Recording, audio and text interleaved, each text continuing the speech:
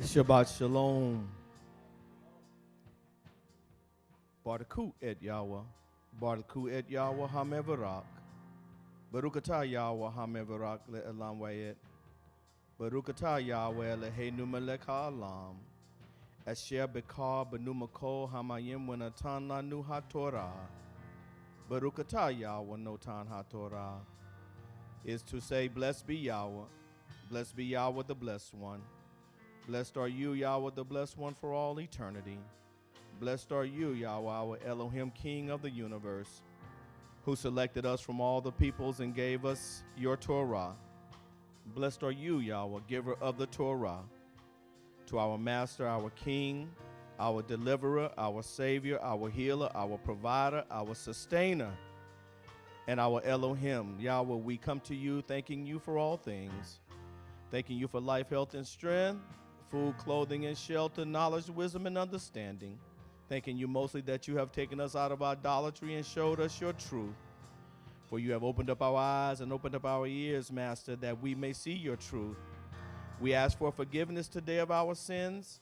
We ask that you would cleanse us of all unrighteousness, that our prayers be not hindered this morning. Forgive us, O King. Forgive our ancestors, for we have sinned against you. We have bowed down to other Elohims, and they have brought us into, you have sent us into exile, Master, because of the sins that we have sinned against you.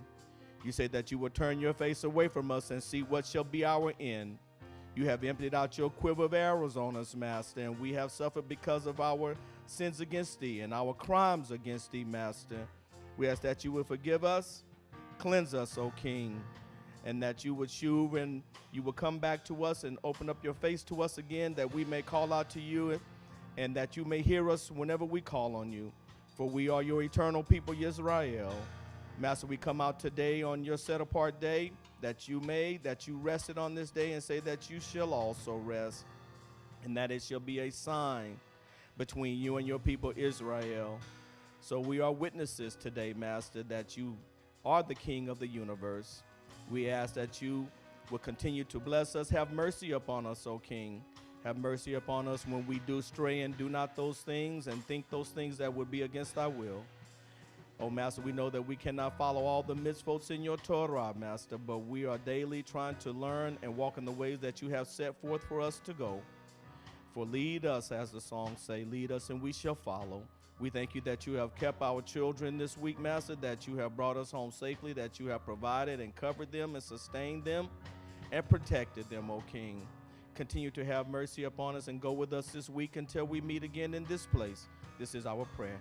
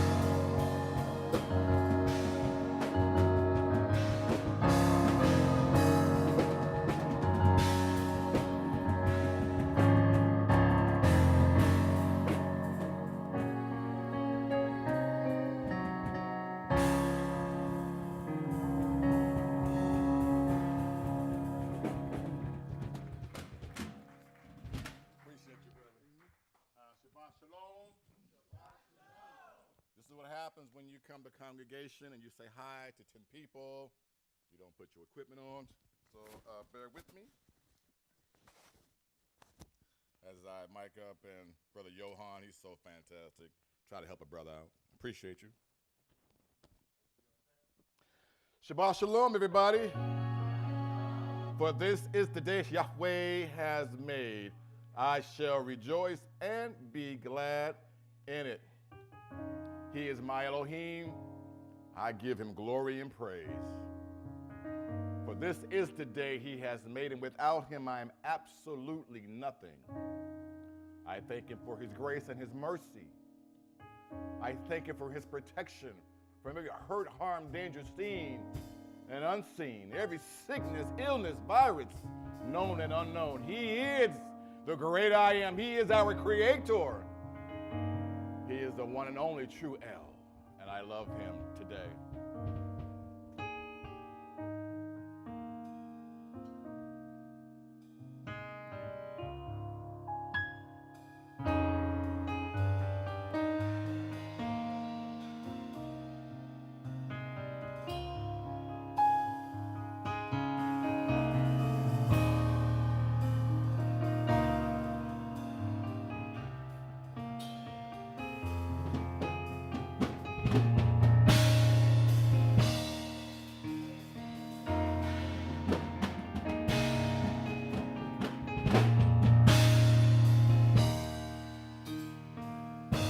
Here we go, y'all.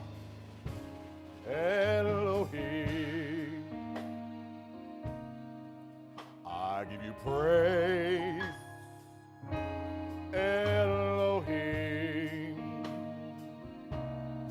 I give you praise. With my hands lifted up, with my voice as I sing, Elohim, I give you praise. Elohim, I give you praise. Elohim, I give you praise. Elohim, I give you praise. With my hands lifted up, with my voice I sing, Elohim, I give you praise. Elohim, I give you praise. Elohim, I give you praise. Elohim, I give you praise. With my hands lifted up, with my voice I sing, Elohim, I give you praise. Elohim, I give you praise.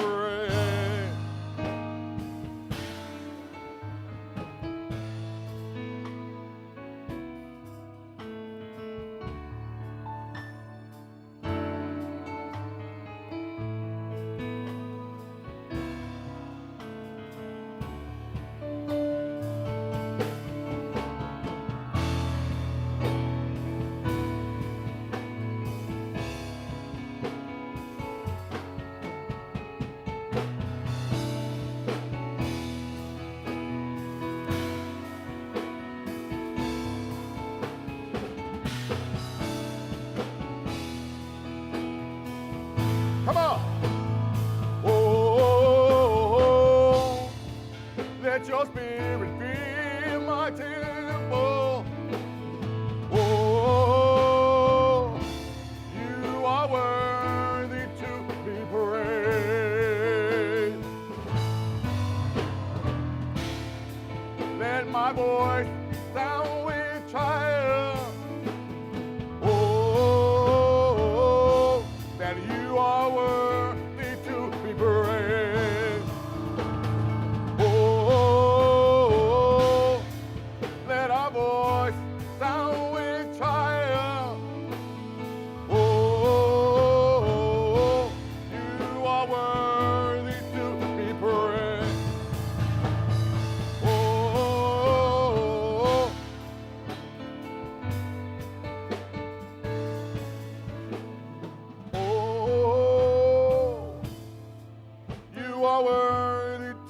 praised. That you are worthy to be praised. That you are worthy to be praised. That you are worthy to be praised. Elohim, I give you praise. Elohim, I give you praise. From the rising of the sun to the going down of the same, Elohim, I give you praise. Elohim, I give you praise. One more time. Whoa, let your spirit fill this temple. Oh, you are worthy to be praised.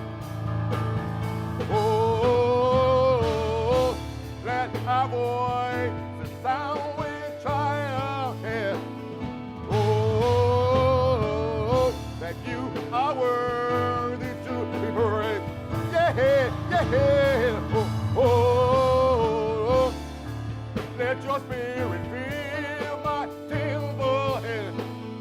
Oh, you are worthy to be praised. Oh, let our voices sound with triumph.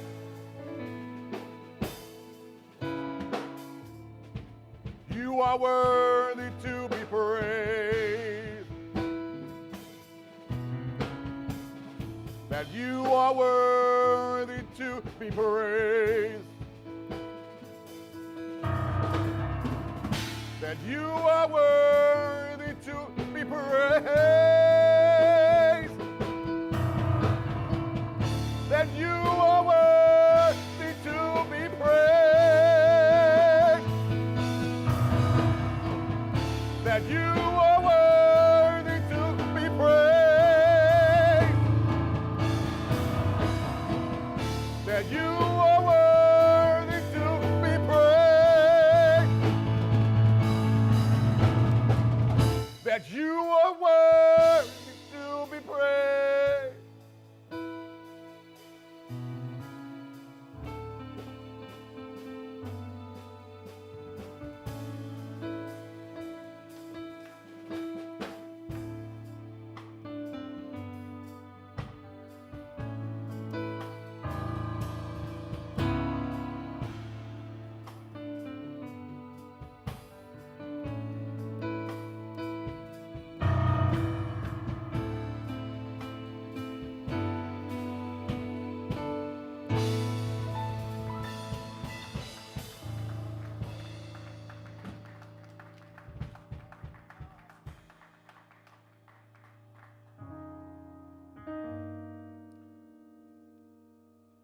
I just want to tell all of you that I so enjoy being your worship leader. I look forward to coming here every Shabbat. And I am so thankful that you all show up. And for those who are here, you make it out every Shabbat as it is commanded for you to do so. For those who are online, who are far away, who cannot be here, your dedication to the chat room and your dedication to this ministry does not go unnoticed. And we love you, we support you, you support the ministry, and you are missed.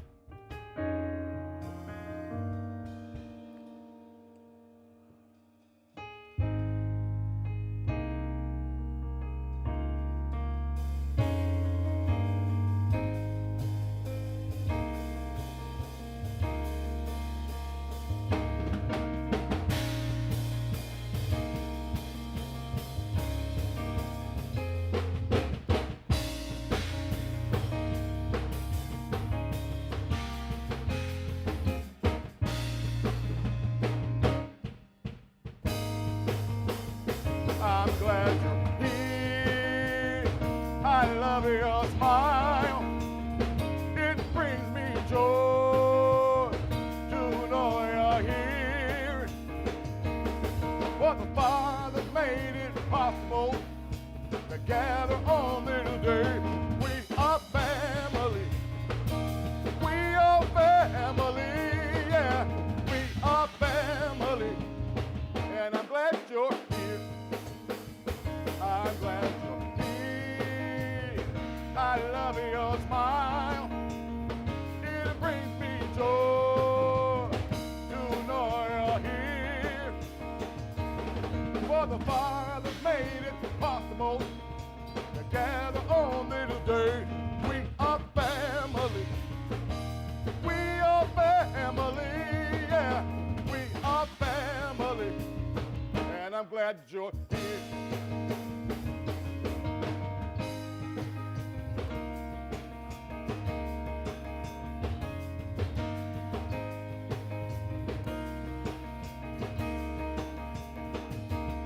For the Father made it possible to gather on this day.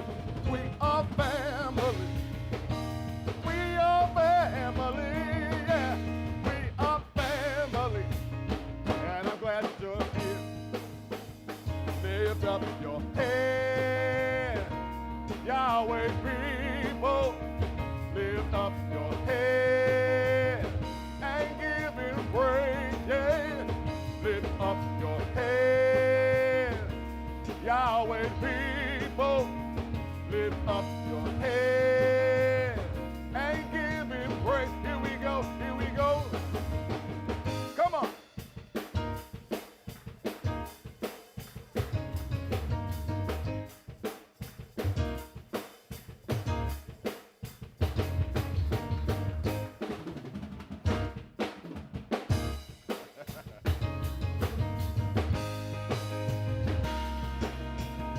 Here we go. Lift up your head, Yahweh people. Lift up your head and give him praise. Yeah. Lift up your head, Yahweh people. Lift up your head and give him praise. For the Father made it possible to gather on this day. We are family. We are family. Yeah, we are family. We are family. Here we go. We are family. We are.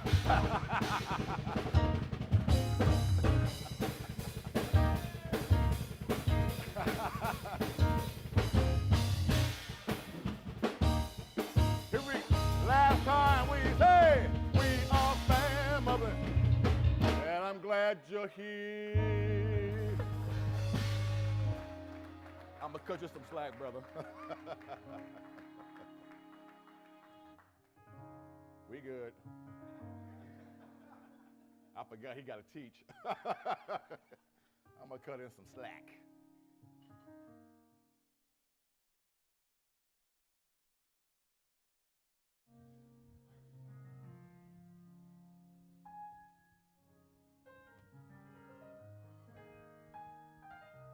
Shalom to everybody. As I say every Shabbat, it's always good to see you, and it's always good to be here in this place that the Most High has provided for us every Shabbat to gather. It's a journey that we're on, and unfortunately, everybody's not going to make the trip. Difficulties in understanding and coming to grips with that which is true versus that which is not true. The prophet Malachi has said, then you will know the difference between that which is set apart and that which is not set apart. You are a very blessed people. We are a very blessed people because the Most High has opened our eyes that we're able to see, our ears that we're able to hear and understand the clarity that resides in his set-apart word. As I meet people and as I talk to them, I tell them we're purists. They're not sure what a purist is. And I have to explain to them that we don't agree with the majority of things that are written in the other side. It's called a New Testament because the Most High never gave us a New Testament. He gave us a covenant. And then the question has to become one that if the Most High gives you a covenant, will he break it? And everybody says no. I said, well then, I don't understand. I don't understand why you're over there. But as I talk to people, other people, they get it and they understand that what's true as opposed to what's not true. I'm happy to be here with you each week and to hear what the ambassador has to say today to you from the Father's set-apart word. So with no further delay, Ambassador Shawn Appleton.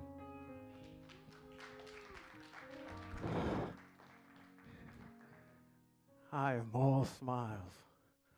When I get back up here, I was sitting down for a month over there while our head ambassador here took the helm. And as usual, the Most High spoke to him and spoke to me about some things, and I'm happy to share that with you today. To the opulent spirit, the all beneficent, Eye Asher Eye. I am thankful to be here. I'm thankful to be in this vessel. I'm thankful to be in front of your people. That you and me are here together again on a Shabbat. A Shabbat that is a part of the mitzvot. And I have to continue to keep reminding you of that. It is a mitzvot to be here and to congregate together. Go to Vayikra chapter 23. It will tell you all about that. So to the Most High, I am thankful and grateful to be here. To the Honorable Kevin R. Holman, our Minister of Music, Shabbat Shalom to you, sir. To the Ambassador, Gregory Beckham, who led us in prayer, Shabbat Shalom to you, sir. To the Honorable and Prophet, Robert B. Holman Jr., Shabbat Shalom to you, sir.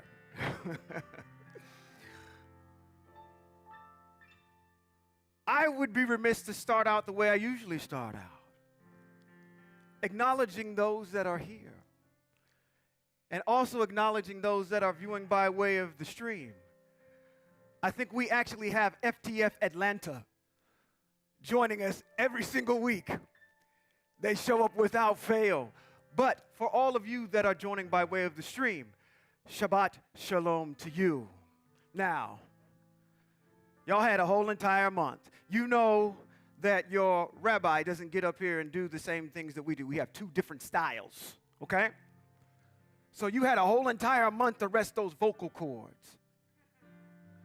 So, matter of fact, y'all be quiet over here. Listen to, are y'all ready to rumble? Y'all ready to rumble over here? Are y'all ready to rumble over here? Are y'all ready to rumble in the chat on YouTube? All right. For those of you that are joining me by way of the stream and here in our studio audience, come on. Shabbat Shalom! Shabbat Shalom! All right. It is good to be here. One more again. I'm going to get rid of some protocol things up front first before I get into teaching today. You all were raised in the church. Who wasn't raised in the church? I can't assume everybody wasn't raised in the old church. Okay, most of the people in this room were raised in the old church, and then you had this portion of the liturgy where they get on stage, and this elderly woman gets up there and said, "I'm here to do the announcements. The children's church will be meeting." You know that whole entire scenario. So we're gonna do our announcements real quick. I want to draw your attention back to the Hebrew calendar. It is out. It is very important this month for our Hebrew calendar. Can anybody tell me why it is important this month? What is important that's happening this month? The Gregorian month of March, because our new month hasn't started yet. I heard it.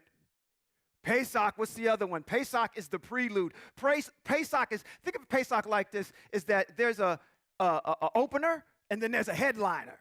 Who's the headliner? Feast of Matzah. All right. Now, our Hebrew calendar will allow us to know when these dates are. And if you have one already, I'm going to give you a freebie, okay?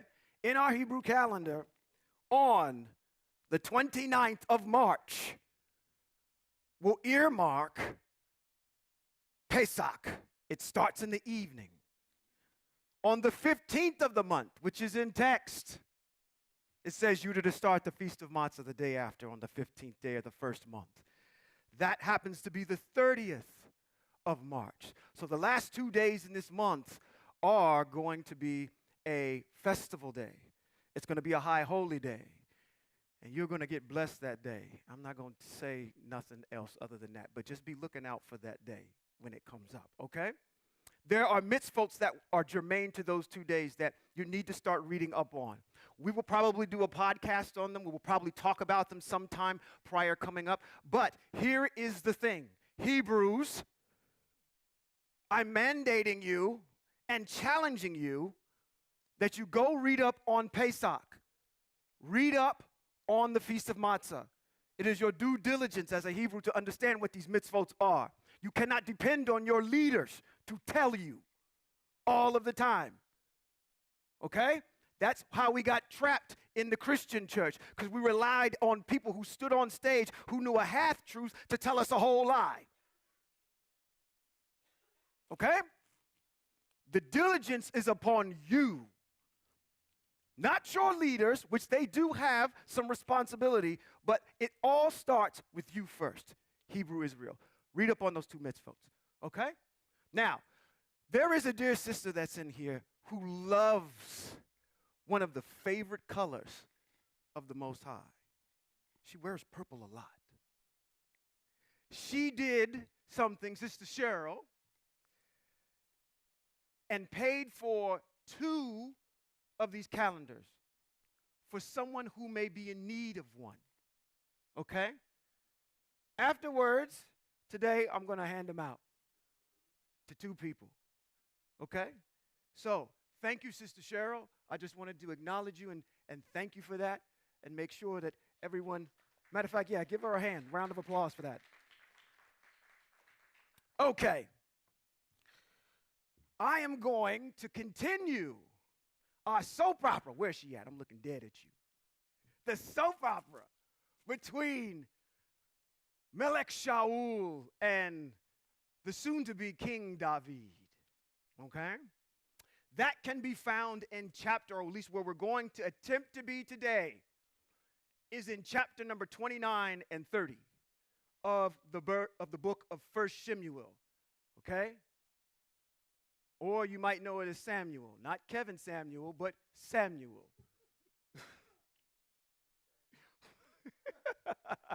Maybe some of y'all didn't get to, what is you talking about? Shemuel. That's who we are in, which is kind of oddly enough, Shemuel plays a very low role in the book of Shemuel. Now, let's go back and recap where we were. We're going to go back to 27. Before we get to 29, we're going to go back to 27 and 28. One of the major things that happens in 27 is I'm going to look to this young lady over here on my left who has the beautiful red hair named Haley. Because I remember last time when I asked this question, she was the only one that raised her hand. When I said, if the Honorable Robert B. Holman Jr. told y'all that we are moving to Lagos, Nigeria, I said next month, but let's just use 6 months in the next 6 months. How many of you would be willing to drop everything that you're doing, pick up household, and move with him to Lagos, Nigeria on the idea that he is on the run from the United States government? How many of y'all would do that? And Haley was the only one, bless her heart, that said, I would join Robert B. Holman Jr. on this escapade to nowhere by chance, but at any rate, you got your faithful soul over there. That's what is happening to David in this particular chapter. He takes 600 of his trusted men and he goes behind enemy lines to escape the clutches of Melech Shaul, who is after to kill him. Okay? Now, as they're over there, that's kind of the major theme of what happens over there, because he's saying it's only a matter of time before this bipolar individual turns on me one more time, so let me be strategic and hide someplace that he doesn't look. At the end of that particular chapter in 27, we have this issue of Melech David going out and fighting the Amalekites. Now, if you go, I believe, to Devarim chapter number 25, it'll give you your mitzvot on the Amalekites. Does anybody remember what the Amalekites mean to us? Okay, to your ancestors, they attacked your ancestors when they were traveling from Mitzrayim from the back, killing the old and those that were lagging behind. There was a mandate that you were to wipe them out. And it says at the end, do not forget. So Hebrews, do not forget. Okay? Now, there is a famous Amalekite that I had brought out last time that you should know about. One of the matriarchs in our ancestry is a woman by the name of, she was married to a man named Boaz. Ruth. Now, going down through the lineage of Ruth, you get into the book of Esther. And as you're in the book of Esther, there's an individual in there named Haman. Okay? He is an Amalekite. He is a descendant of King Agag, who happens to be an Amalekite. You don't have the book of Esther if you do not have Melech Shaul not killing them all, because that's one of the reasons why the Most High says, I'm going to remove you, Melech Shaul, from your seat. 2 reasons. One, I asked you to eliminate all the Amalekites, and you kept King Agag around.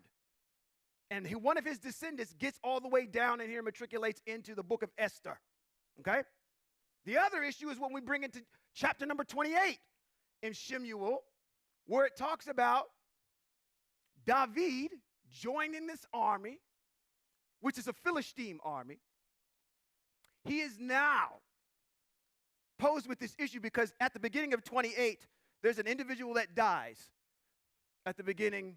Well, actually, it's reiterated. He dies in actually, I believe, chapter number 25. But who dies? They reiterate it in chapter number 28. Shemuel.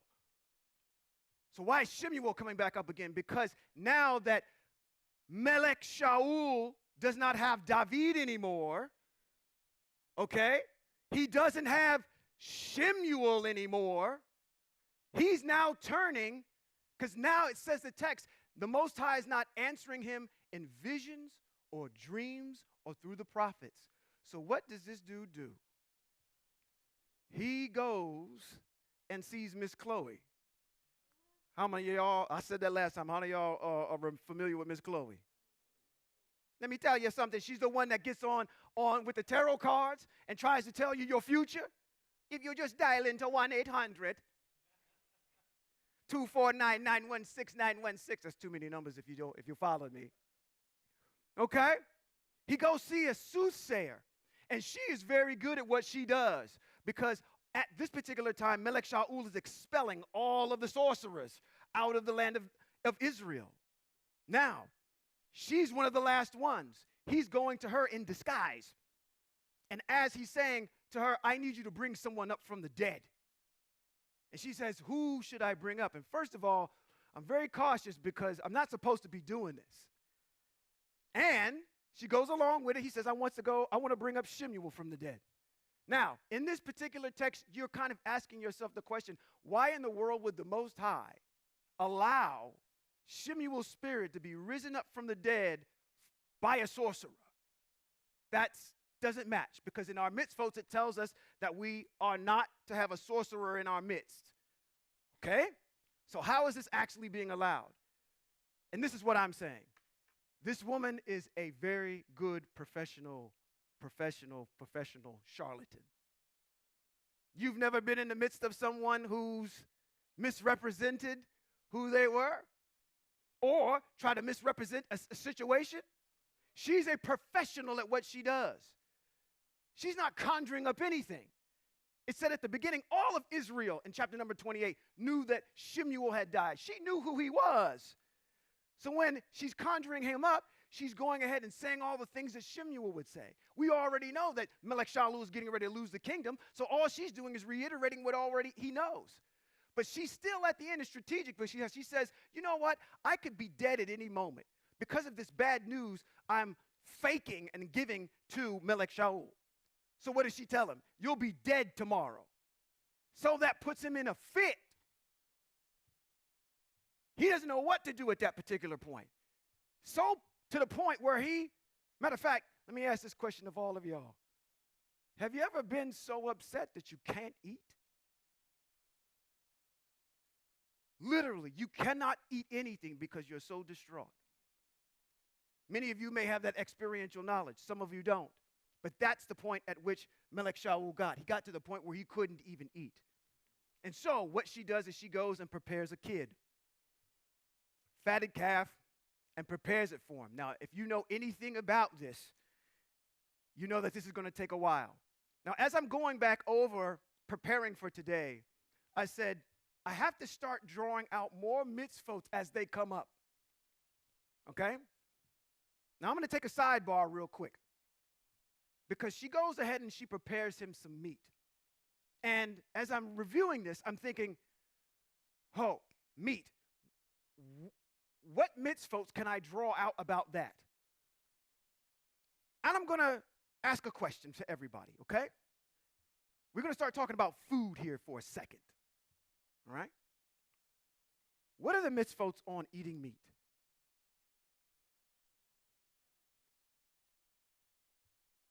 That's a mitzvot. That's no swine. I heard that. Can't eat the blood. Come on. You got to eat it for a sacrifice. Not to eat the fat. Got to remove the sinew. You're going back to Genesis chapter number 23.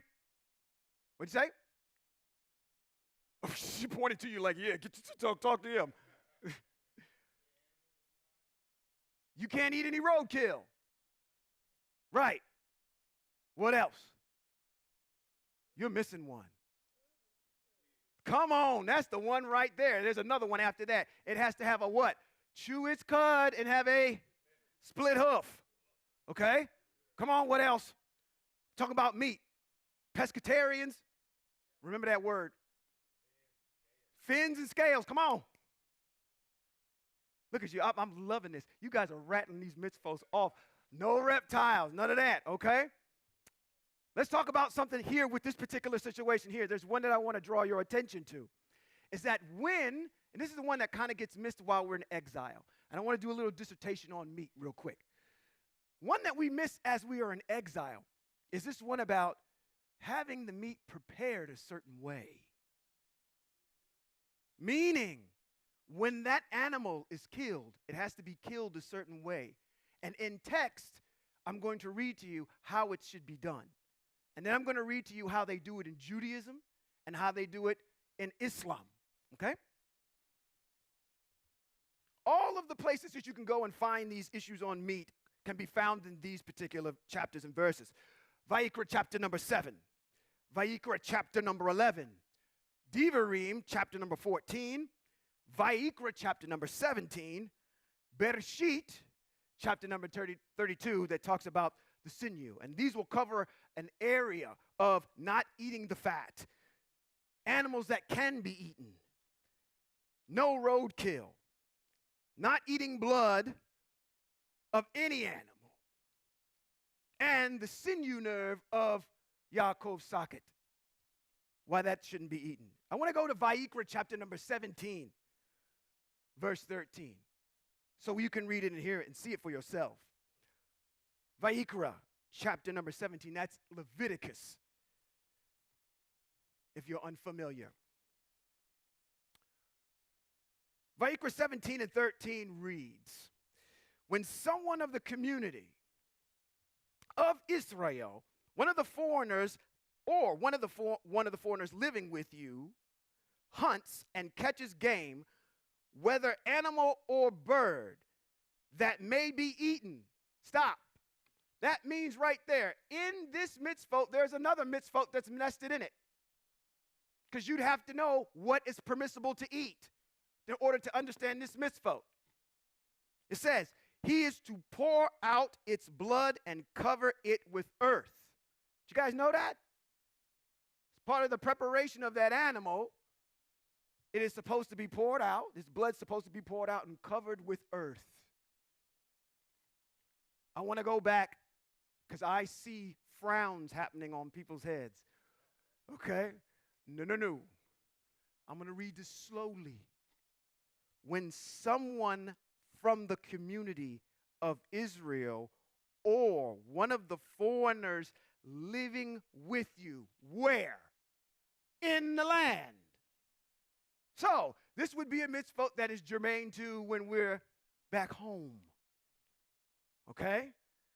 I know in here we like to get super technical. We bring up mitzvot and what about this and what about this and what about this particular situation? I'm going to culminate this in a second, okay? It's in the land. 14. For the life of every creature is in its blood, is its life. Excuse me. Therefore, I said to the people of Israel, you are not to eat the blood of any creature, because the life of every creature is its blood. Whoever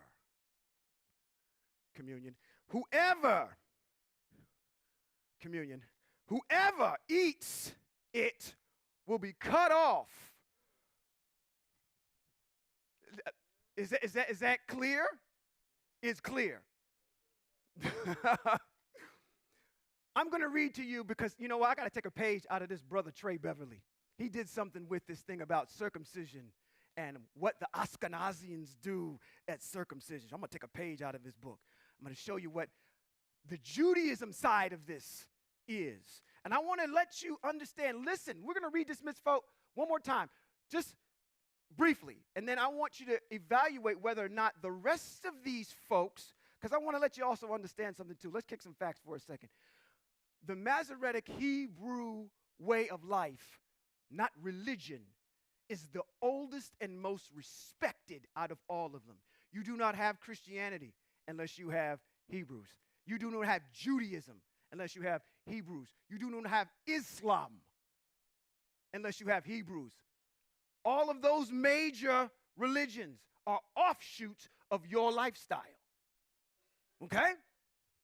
So, let's do it one more time. 13, it says, when someone from the community of Israel or one of the foreigners living with you hunts and catches game, whether animal or bird that may be eaten, he is to pour its blood and cover it with earth. 14, for the life of every creature, its blood is its life. Therefore, I said to the people of Israel, you are not to eat the blood of any creature, because the life of every creature is its blood. Whoever eats it will be cut off. In Judaism, they call this process the shechita. It's governed by a halakot. And that's just kind of a Jewish law and custom, kind of policies and statutes they have instantiated on top of the text here to kind of navigate how they're going to do things, okay? They have these things called, or people called shochets. Shochets are butchers. And these shochets have bodeks that are assigned to them that are inspectors that come in and watch them deal with the animal and deal with the meat. Okay? Here's some of the criteria in the halakot in Judaism. Let's see if it measures up to the text, Hebrews. You've already enumerated all the mitzvot, and we just read another one. Not causing pain to the animal, so the knife used must be perfectly sharp and must be operated in a very fast, continuous cutting motion that quickly severs the vital parts of the animal's organs for minimum pain. It is impermissible to make a cut, such as chopping off a limb that does not immediately kill the animal. There is also a strong emphasis on keeping the utensils kosher that are used in slaughtering and cleaning them according to the kashrut laws, whatever those are. In addition, because of the sciatic nerve is forbidden, the nerve is removed in the slaughtering process. Is that okay? Yeah, it's part of your mitzvot. At least that's one of the ones they're doing. Jewish law also prohibits the consumption of any blood. So once the animal has been killed, the meat undergoes a special soaking and salt process to remove the blood. In addition to the blood, the sciatic nerve of the animal is forbidden to be eaten. This is a tribute to the biblical story of Yaakov wrestling with the Melech, or the angel. He is said to have injured his own sciatic nerve during the fight. In Islam, so if you're going and buying halal meat, everybody know what halal meat is? You probably don't, but it's how they prepare it, according to the Quran, okay? If it's not halal meat, for extra credit, what's the reverse of halal? It's haram.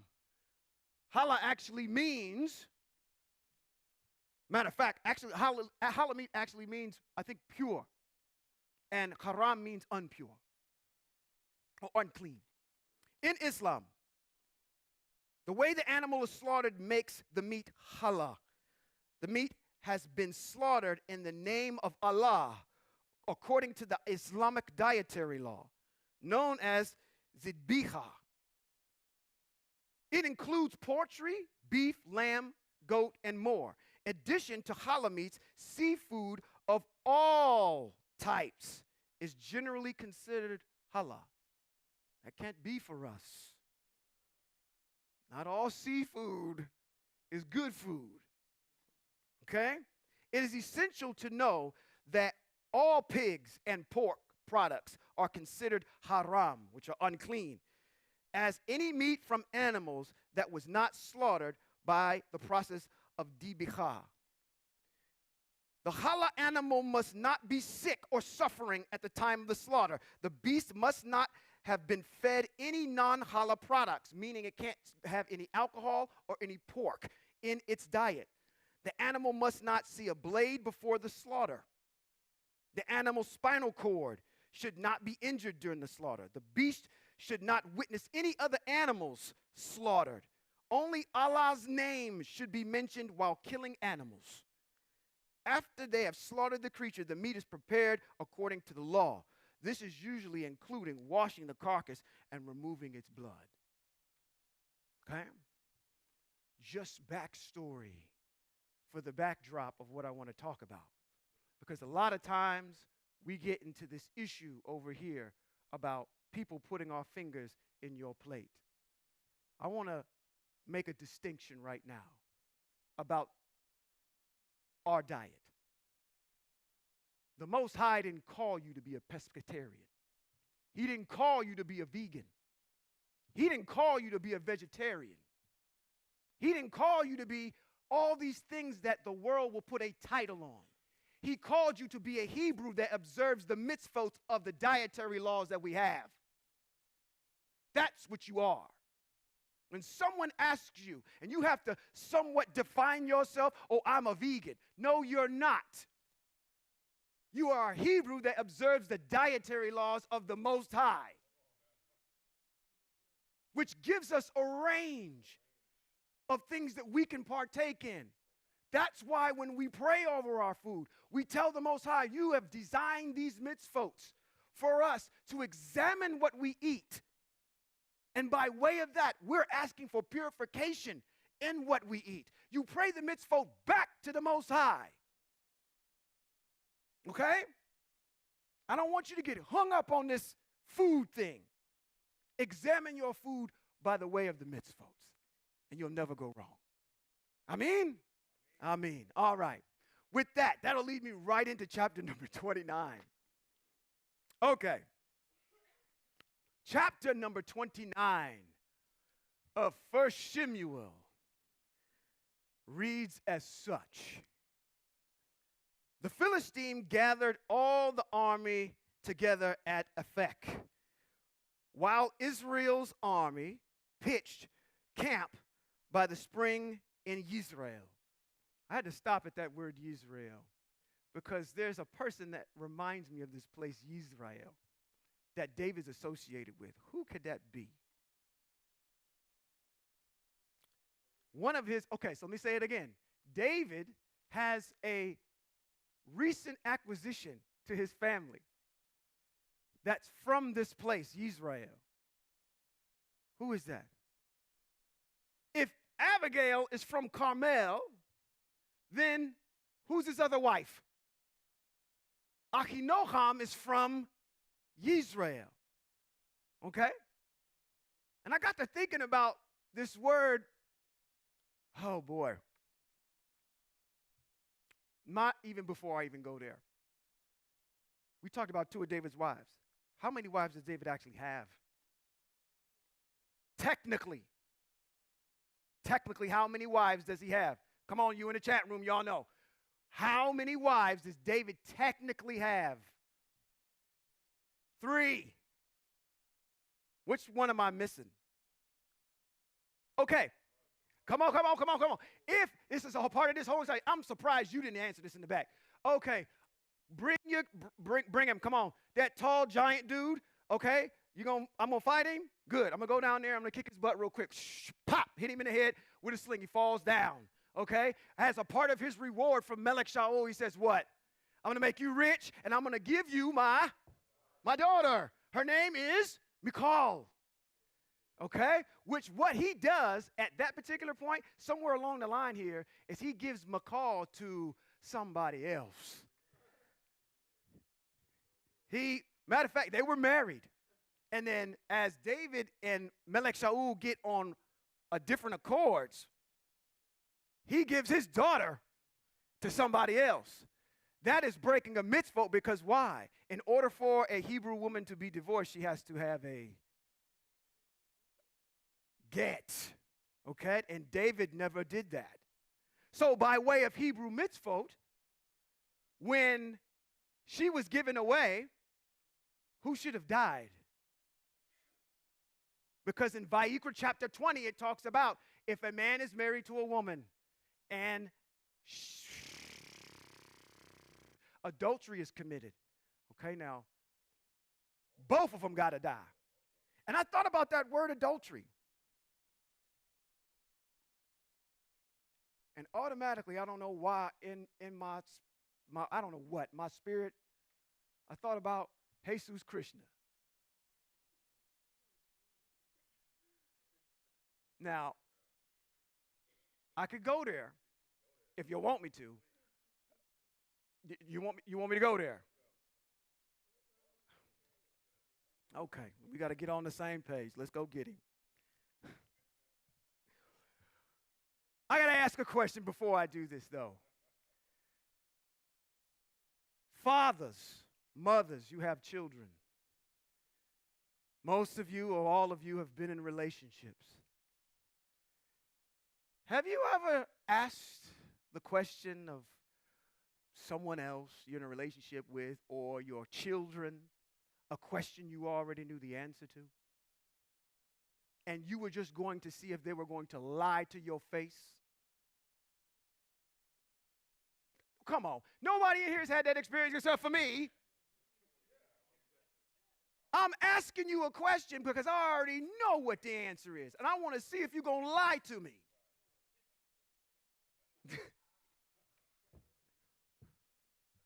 I want you to keep that frame of mind when we go to Matthew chapter number 19 and deal with this adultery issue. Metayahu, chapter number 19. Okay. Jesus Krishna, here we go. Let's read it. 19, starting from the top. It says, when Yeshua.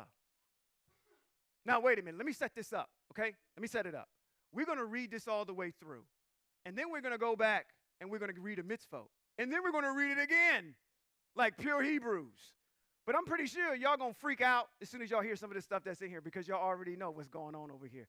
Have your Hebrew mitzvot radar on, please, okay? Because we're getting some foggy territory. You're going to need to navigate by instruments. When Yeshua had finished talking about these things, he left Galilee and traveled down the east side of the Jordan River. So he's in our land, right? Okay.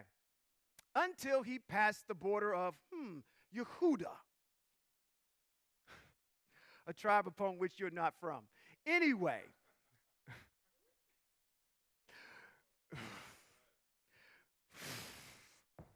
great crowds followed him, and he healed them there. Okay, we'll go with that. Some perishing now. Back in the day, these guys were the enemies of the Christian church. You don't want to be no Pharisee or no Sadducees. And I'm actually saying to myself, these were the people that actually had it right. Let's see. Remember, framing a question to a person that they already know the answer to. The Perishim came and tried to trap him by asking, is it permitted for a man to divorce his wife on any ground whatever?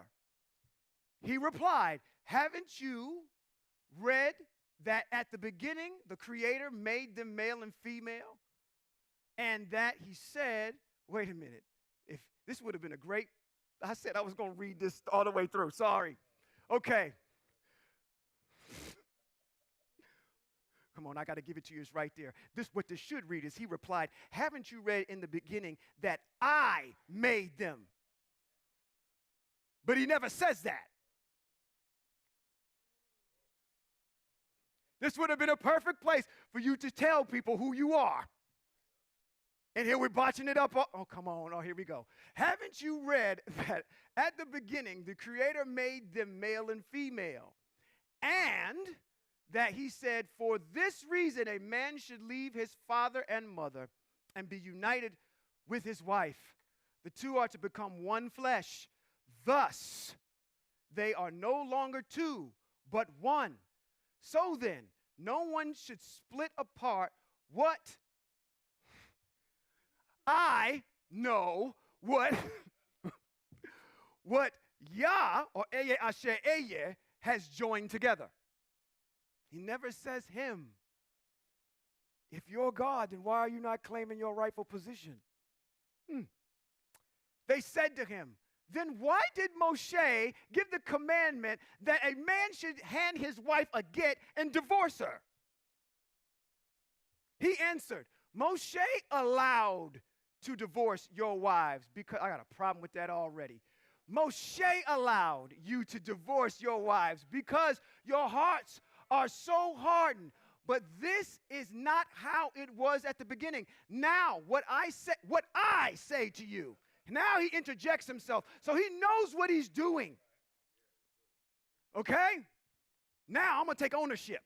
Now what I say to you is that whosoever divorces his wife except on the ground of sexual immorality and marries another woman commits adultery. Okay. This is a ball of yarn that just, okay. Let's go and read a mitzvah. Let's go to Devarim chapter number 24. And we'll start at verse 1. Because the question, what are we dealing with here? We're dealing with the issue of what? Divorce. And Yeshua, or Jesus Krishna, decides he wants to interject something about going back to the beginning. He wants to interject the mitzvot on sexual immorality. So we have to know about those. Do you already see without us doing any analysis on this, as your Hebrew mind, as you read it again, that while we were over in Christianity, it is so tantamount that you get rid of the mitzvot. Then you won't be able to interpret what this man is saying. You have to get rid of them. You have to do away with them. Usher these suckers out. Okay? Because if we evaluate this man by the mitzvot, he invalidates himself already. Let's read verse number 1, chapter number 24 of Devarim. That's all right. You've been hanging with me. Oh, okay. There's 23. We're going to go to 24. That's all right. Listen, this is the Shabbat. We're supposed to rest anyway, right? Take your time. We ain't going nowhere. And listen, the prophet told me one time, he said he was teaching one time, and a dear lady came up to me and said, oh, he was worried about how long he was going. She said, listen, them folk ain't going nowhere. As long as you up there talking, they will go ahead. I'm talking about you while you frown in your face. Okay? Talking about the prophet. Yeah, I'm going to start referring to you in your proper title from here on out. We ready? Okay. Deuteronomy chapter number 24, verse 1. Suppose a man marries a woman and consummates the marriage, but later finds her displeasing. Okay, now this is the Most High telling this to Moshe, and he's telling the children of Israel this, okay? This is not Moshe talking. He's relaying a message. Suppose a man marries a woman and consummates the marriage, but finds her displeasing because he found her offensive in some respect of adultery.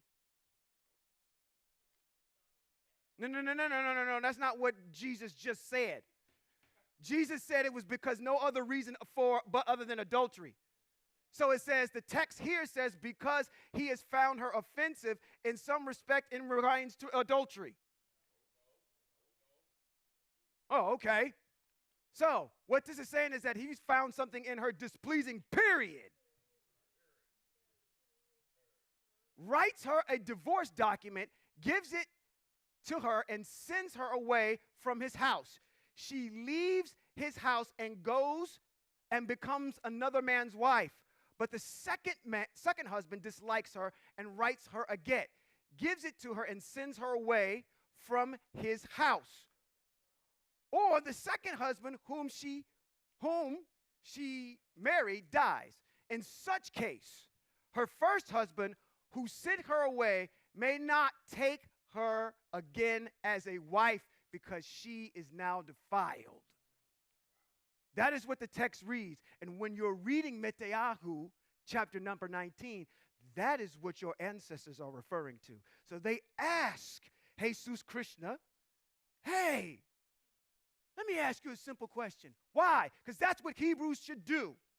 Anytime somebody stands before you and a leader, you should be able to ask questions of them, of the things that are of the text. I'm talking to you, Christian church, right now. I'm pointing to you, Christian church, right now, because your people that sit in them pews have a fear of coming to ask you a question, because they know that if you have the opportunity to answer it, you will punt and not give them the right answer.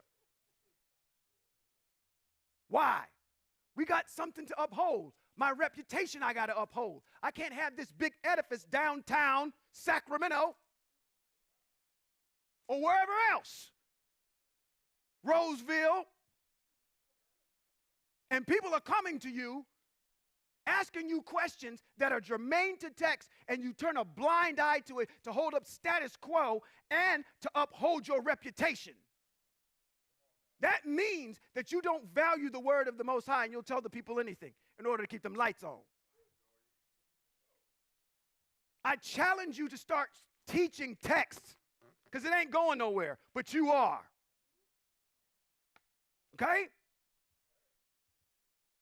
The mitzvot reads that if a man finds a woman displeasing and he's married to her, he can let her go for any reason. Let's go back to Metayahu chapter number 19, and let's read it like Hebrews now. Now that we know the main mitzvot here. The Perishim says some of the Perishim came and tried to trap him by asking, "Is it permitted for a man to divorce his wife on any ground whatever?" Stop. Answer the question. Yes.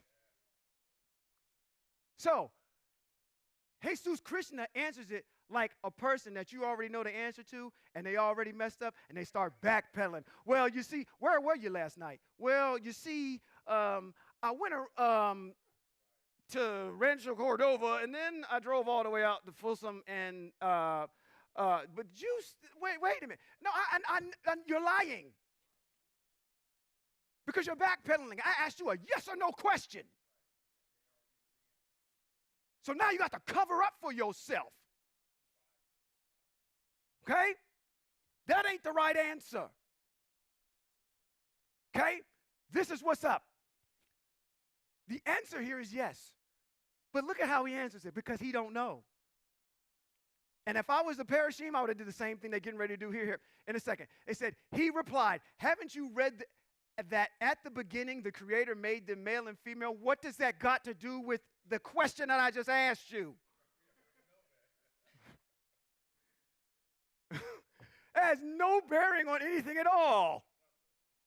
And that he said, for this reason, man should leave his father and mother and be united with his wife. And the two are to become one flesh. Okay, again, I ask you, that has nothing to do with what I just got done asking you. Thus, they are no longer two. Now, I want you to understand, when you're reading that, that's bold. That means that's referring to a mitzvah. Okay? They do a very eloquent job in the CJB of, matter of fact, drawing your attention to something that's in our text. But he goes on to say, thus, they are no longer two, but one. So then, no one should be split apart. But you should have known that answer already, because you're Jesus Krishna and you were there in the beginning making everything as God. So why are you butchering this whole entire thing already? You see how this loop don't work? Listen, he don't know the mitzvot. That's scary. That's what we're supposed to do as Hebrews, okay?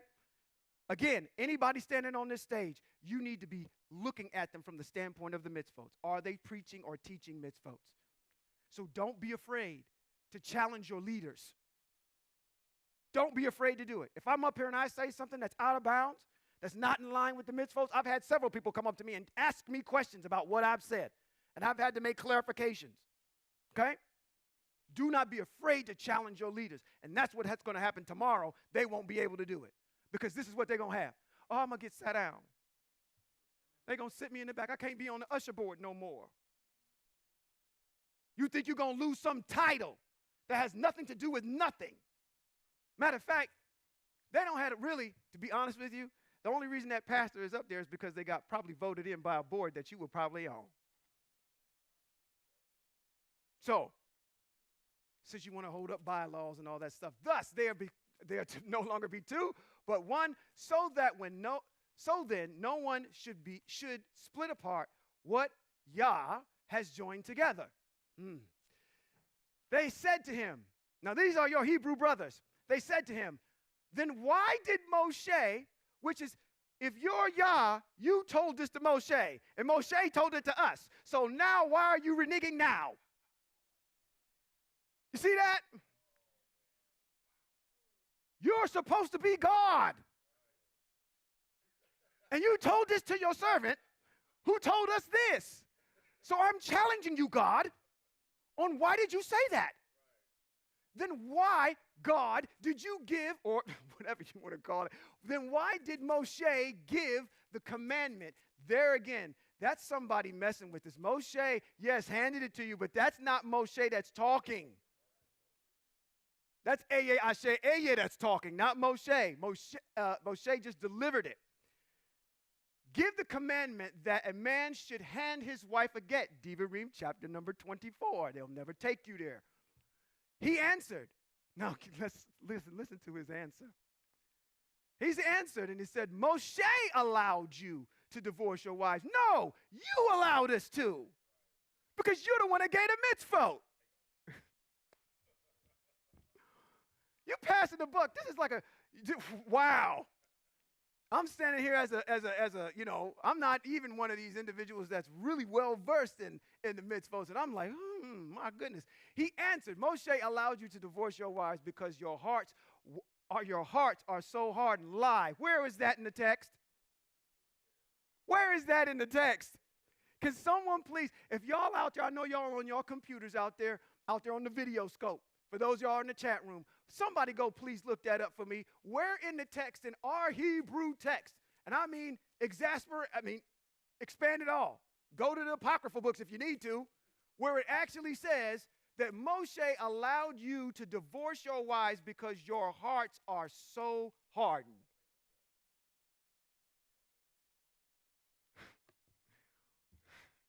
We fell for everything, y'all, because these mitzvot weren't there. You didn't have the foundation. We were building a house starting at the roof, trying to stand on it, ascending to heaven with no foundation at all. Moshe allowed you to divorce your wives because your hearts are so hardened. But this is not how it was at the beginning. Okay, well, an educator, since you were there at the beginning, all right? Now, what I say. Not what Yah says, but what I say. So we are talking about the commentary of a man now. Now what I say to you is that whoever divorces his wife, except on the ground of sexual immorality. What is sexual immorality? You got a whole entire chapter. Sleeping with the dog, sleeping with your auntie, sleeping with your mama, your son, all these sexual immorality. You skip right over that. He just opened up a book in Vayikra, and we just read on. And then marries a woman, commits adultery. That is incorrect, okay? If I'm married and I give my wife a get, and then it's for any reason, she burnt my toast, okay? That was the last time. You didn't put avocado on it to even clean it up. And I give her a get. She's gone. I go off and marry somebody else. According to Jesus Krishna, I'm an adulterer. By our text and law, if we go through it, in Vayikra chapter number 20, adulterers are dead. They're going to be killed. So I'm dead, and she's dead, which negates the fact that if she can go back in our mitzvah, this is getting convoluted, that if she goes back now, and she can't come back to me because I'm dead now, because the mitzvah is written, it says, okay, if she leaves and marries somebody else and he gives her a get, she can't come back to the first one. There's no way that she could come back to the first one because the first one's dead. I'm trying to make y'all Ginsu chefs with a machete with these mitzvot, because you can string them together like combos on people. Okay? So, by way of what he's saying here, I'm an adulterer. That can't be. Because in Hebrew, this is a tough word. And I'm very sympathetic and empathetic to you ladies when you hear this. In Hebrew, part of our culture is that the man is allowed to have multiple wives. Adultery is for the woman, not for the man. Okay? That's a hard word. But there are mitzvot that don't cancel it. For instance, if I have a brother, which is my current situation right now, he's married to his wife. If he dies, by Hebrew mitzvot, she becomes my wife. If it's an issue of me having multiple wives and that's a cause of adultery, then that mitzvot is blown up. Okay? Now, I also got to say this in the same vein, since there are some people that I know that when you give them information, they're irresponsible with it. Okay? Just because you men are allowed to have multiple wives, you better know what all those mitzvot are on having one. You have got to take care of them. You better have the means to do it. And it ain't some issue where she's coming in because, she done had a kid already, and now you want to go ahead and introduce her to the group. Okay? None of this sly stuff. Okay? I know it's going to be abused somehow by me saying we're allowed to have multiple wives. But multiple wives is a responsibility, not for sexual pleasure. It is for the community. It is so that woman has a way to provide for herself. And someone's providing for her. We protect our own. When you look at it in that vernacular and not thinking of it in a carnal manner, then you think about it in the community, and then you start reformulating your mind about, okay, we do have protections as women. It's not this patriarchal system that men just set up. Okay? Women are very much the cornerstone, and they're very protected amongst Hebrew Israel. Okay? Don't let westernized culture tell you different. You are very much a protected jewel. Here. Okay. Now, I want to finish this piece out real quick. Because at this point, the Pharisees or the Parashim, they up and go. Like, this dude has no idea what he's talking about. He's answered these questions, and he doesn't know the mitzvot at all, doesn't know anything about sexual immorality, doesn't know anything about the mitzvot on adultery, doesn't know anything about the mitzvot on divorce. 3 strikes, you're out. They're gone. I'm going to tell you how bad this gets for us because we didn't know the mitzvot. Did you know that if you kept reading on, that his own Talmudim, his own students that he was teaching was like, well, let's back the, I was going to say a curse word. Let's back up for a second. Let's read on. It says the Talmudim, these are his people. Matthew, Mark, Luke, John, all them folk, you know. This Talmudim said to him, if that is how things are between a husband and wife, it would be better not to marry. Come on. They even knew the mitzvot. They saying, wait a minute. If you're going to tell me that if I can have multiple wives by Torah mitzvah upon which you said you came to fulfill, which you should be telling us, yes, you can have multiple wives. But even at the same time, if I do divorce my wife for any other reason than adultery, which is not in text, I'm an adulterer, then why is it that I'm getting married then? They ask him his question. I'm only bringing that out to say that his own people knew the mitzvot, and they had doubt in what he was saying. And you're supposed to have created all things and know all things, and this is your leader. No, wait a minute. This was our leader. This is who y'all was crying on the floor about, putting the sheet on after y'all got up in front and tarrying for 5 hours about. A dude that sounded like a meshuggah. Everybody knows what a meshuggah is, right? A meshuggah is crazy. That's when you talk crazy. It's Yiddish. Okay? So, this is where my mind goes as I'm reading text. And it's a problem for me because I can't go too far in text without trying to clean up what we had come from and getting us on a good, firm understanding. So now, even if you have a good understanding if someone brings this to you about the issue of divorce and how it's done Hebraically. You can answer it from a contextual standpoint. But these are the type of things that dovetail. I'm like, how in the world did I wind up here when I was thinking about, I didn't even get past the first sentence in chapter number 29. Did you know that? I'm not past the first sentence. And this is the kinds of things that the Most High wants to pull out. Come on, son, go back and get it. You got to let them know. Okay? It reinforces the mitzvot.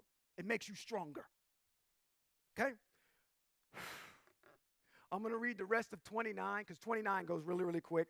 And then when I come back next week, we're going to tackle 30. I did not think I was going to be that long, but I'm going to move where the Most High is taking me. And that is to finish this chapter, and we'll come back and get 30 and 31. And 30 and 31 actually completes the first book of Shemuel. Okay? So for your homework next week, make sure you're read up on chapters 30 and 31 of 1 Shemuel. 29. Let's go pretty quick. The Philistines gathered all their army at Aphek, and Yisrael's army pitched camp by the spring of Yisrael. The leaders of the Philistines were passing by with their hundreds and thousands. David and his men were bringing up the rear with Achish. Achish is a Philistine king. He is the king of Gat. Gad is the home of Goliath, or the deceased, the late Goliath. The chiefs of the Philistine asked, "What are these Hebrews doing here?" Achish answered, "The chiefs of the Philistine." Now understand, the Philistine are a group of people that we're supposed to get rid of in the land of Canaan. So David is now behind enemy lines fighting with the enemy against our countrymen. Okay? Achish answers the chief of the Philistine, "This is David, who was the servant of Shaul, king of Israel. He's been with me now for well over a year, and I haven't found anything wrong with him between the time he deserted to me and now." But the chiefs of the Philistine became angry and said to him, "Have the man return and go back to the place you set aside for him. Don't let him go into battle with us, because on the battlefield he might become our enemy.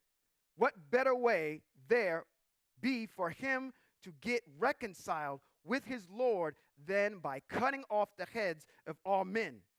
This is David, for goodness sake." You got to understand who this man is. All right? He is a military juggernaut. And I said this in the podcast. Let me just do this real quick. I'm going to take a sidebar about me, okay? If there's two people that are in text right now that I enjoy, that are my favorite, one is the GOAT, which is Moshe. The other one is King David. King David is somebody that I think I could try to hang with.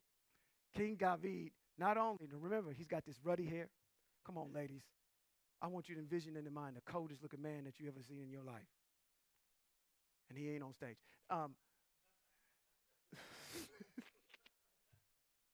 The coldest man that you ever seen in your life. 6'2". What? Whatever size you need him to be. Has the charisma. Has the mouthpiece. Bill.